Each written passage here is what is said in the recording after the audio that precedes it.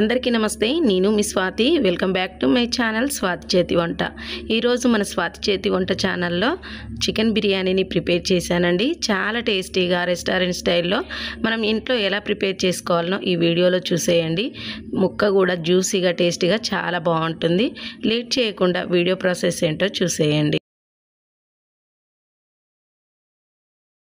ఇక్కడ నేను chicken 3/4 KG వరకు తీసుకొని ఉప్పు నిమ్మరసం వేసి ఒక్కసారి కడిగామంటే నీచు వాసన లేకుండా ఉంటుంది. ఇలా శుభ్రంగా కడిగేసుకున్న తర్వాత ఇందులో టేస్ట్కి సరిపడా సాల్ట్ కారం వేసుకుందాం. ఇక్కడ నేను 1 టేబుల్ స్పూన్ వేసి మళ్ళీ 1/2 టేబుల్ స్పూన్ వరకు కారం వేశాను. ఆ తర్వాత 1 టీ స్పూన్ వరకు పసుపు, చిటికెడు గరం మసాలా వేసుకోండి. మీ స్పైసీనెస్ తగ్గట్టు గరం మసాలా వేసుకోవచ్చు. ఇంట్లో వాళ్ళు తినరని చెప్పేసి నేను కొద్దిగా వేశాను. ఆ తర్వాత టేస్ట్కి సరిపడా సాల్ట్, మళ్ళీ కర్రీ ఉడికేటప్పుడు సాల్ట్ వేసుకోవచ్చు.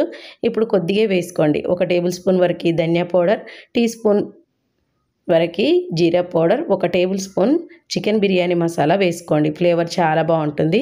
ఆ తర్వాత 1/2 కప్పు పెరుగు, కొత్తిమీర, పుదీనా కొద్దిగా తీసుకొని 1 టీ స్పూన్ వరకు అల్లం వెల్లుల్లి పేస్ట్ వేయండి. వేసి నిమ్మరసం పిండండి. నిమ్మరసం ఇలా వేయడం వల్ల ముక్కకి ఉప్పు కారం ఈ పులుపు అనేది పట్టి చాలా టేస్టీగా ఉంటుంది. ఒక చెక్క నిమ్మరసం పిండుకొని ఈ మసాలాలన్నీ ముక్కకు పట్టేలాగా బాగా మిక్స్ చేసుకోండి. ఇలా బాగా మిక్స్ చేసుకోండి.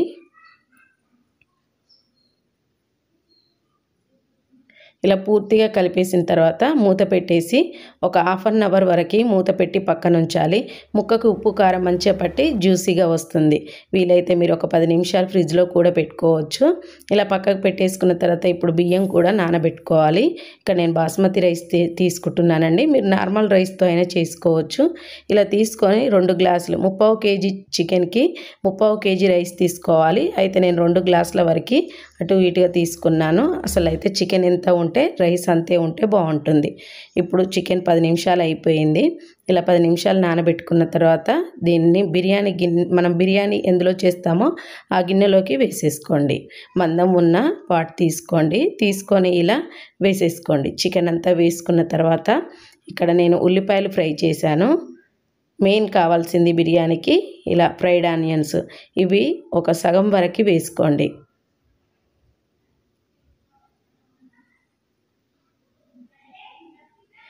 ఇలా మొత్తం వేసుకొని ఇవి ఫ్రై చేసిన ఆయిల్ ఉంటుంది కదా, ఆ ఆయిల్ వేసుకోండి. టేస్ట్ బాగుంటుంది.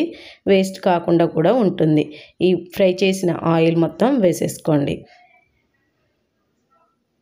ఇలా ఆయిల్ మొత్తం వేసుకొని పొయ్యి మీద పెట్టేసి ఒకసారి బాగా కలిపేసుకొని మూత పెట్టి మధ్యలో మూత తీసుకుంటూ కలుపుకుంటూ 10 నుంచి 15 నిమిషాల వరకు చికెన్ని ఉడికించుకున్నామంటే సరిపోతుంది.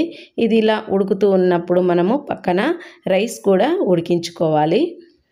ఇది బాగా కలిపేసుకొని ఉడికించుకోండి. ఒక 10 నిమిషాలు ఉడికించుకుంటే సరిపోతుంది. ఇప్పుడు పొయ్యి మీద ఎక్కువ క్వాంటిటీలో వాటర్ పెట్టుకొని అన్ని హోల్ గరం మసాలాలు మొత్తం కొద్దిగా తీసుకోండి. ఇక్కడ నేను అన్ని 4-5 ఉండేటట్టు చూసుకొని వేస్తున్నాను. ఇలా హోల్ గరం మసాలాలు మొత్తం వేసుకొని ఒక 2-3 నిమ్మ చెక్కలు వేశారంటే రైస్ పొడిగా వస్తుంది. వేసుకొని సాల్ట్ కొద్దిగా ఎక్కువే పడుతుందండి. 1 టేబుల్ స్పూన్ వరకు సాల్ట్, ఒక 2-3 స్పూన్ల వరకు ఆయిల్ వేయండి. వేశారంటే రైస్ పొడిగా వస్తుంది. ఇలా సాల్ట్ ఆయిల్ వేసుకొని ఈ వాటర్ అన్నిటి బాగా మరిగించుకోవాలి. ఎంత మరిగితే అంత టేస్ట్ ఉంటుంది రైస్. ఎందుకంటే ఆ స్పైసెస్ అన్ని వాటర్లోకి దిగి టేస్ట్ బాగుంటుంది. ఇలా వాటర్ చేంజ్ అయ్యాక ఇందులో నానబెట్టిన రైస్ మొత్తం వేసుకోండి. రైస్ వేసుకొని మంటని హైలో ఉంచి ఉడికించుకోండి. రైస్ త్వరగానే ఉడికిపోతుందండి. రైస్ మొత్తం ఉడికించుకోండి. ఇప్పుడు ఈలోపు చికెన్ కూడా అయిపోయింది.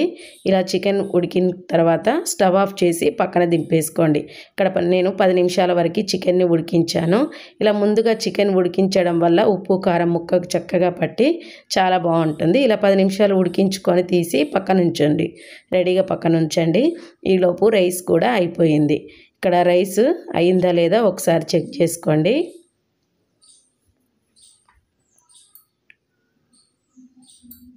ఇలా ఒక మెతుకు పట్టుకొని చూస్తే రైస్ విరిగిందంటే రైస్ అయిపోయినట్టే అండి.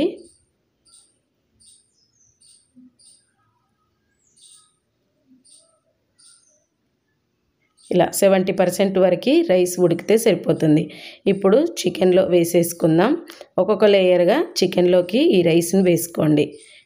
ఇలా ఒక స్టెయినర్ తీసుకొని దాంతో వేసుకున్నారంటే రైస్లో నుంచి వాటర్ లేకుండా చక్కగా మనకి వచ్చేస్తుంది. ఇవన్నీ తీసేయండి, నిమ్మ ముక్కలు అవన్నీ తీసేసి రైస్ మాత్రమే వేసుకోండి.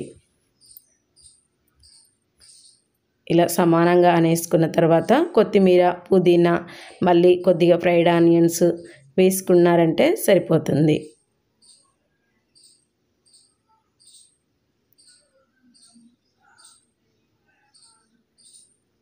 నెయ్యి కంపల్సరీ వేసుకోండి. నెయ్యి వేసుకుంటే బిర్యానీ చాలా టేస్టీగా ఉంటుంది. కొద్దిగా నెయ్యి వేసాను. ఆ తర్వాత కుంకుమ పువ్వు పాలల్లో నానబెట్టి వేసానండి.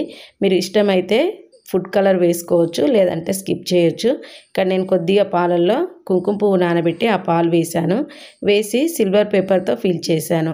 మీ దగ్గర సిల్వర్ పేపర్ లేకపోతే పిండితో అయినా, పిండి మంచి చపాతీ పిండిలా కలిపి కూడా మనం మూతకు పెట్టి ఫిల్ చేయొచ్చు. ఎయిర్ పోకుండా ఇలా గట్టిగా ఫిల్ చేసి పొయ్యి మీద ఐరన్ ప్యాన్ పెట్టి మంటని మీడియం ఫ్లేమ్లో ఉంచుకొని 15 నుంచి 20 నిమిషాల వరకు ఉడికించుకోండి.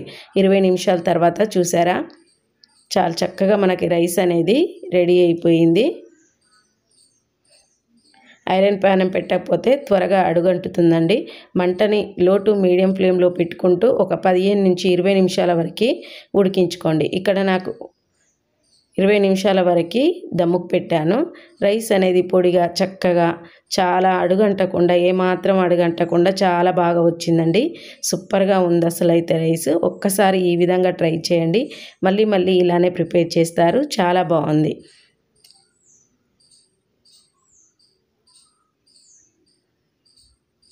చూశారు కదా రైస్ ఎంత బాగా వచ్చిందో. 15 to 20 మినిట్స్ సరిపోతుంది దమ్ముకు పెట్టుకుంటే. చాలా జ్యూసీగా, టేస్టీగా చాలా బాగుందండి. ఒక్కసారి ఈ విధంగా ట్రై చేసి మళ్ళీ మీకు ఎలా కుదిరిందన్నది నాతో షేర్ చేసుకోండి. అలాగే ఈ రెసిపీ మీకు నచ్చితే ఒక లైక్ చేయండి. మరిన్ని వీడియోస్ కోసం ఛానల్ని సబ్స్క్రైబ్ చేసుకోవడం అసలు మర్చిపోవద్దండి. మరిన్ని వీడియోస్ కోసం ఛానల్ని సబ్స్క్రైబ్ చేసుకోండి. మరొక మంచి వీడియోతో మళ్ళీ కలుసుకుందాం. Thank you.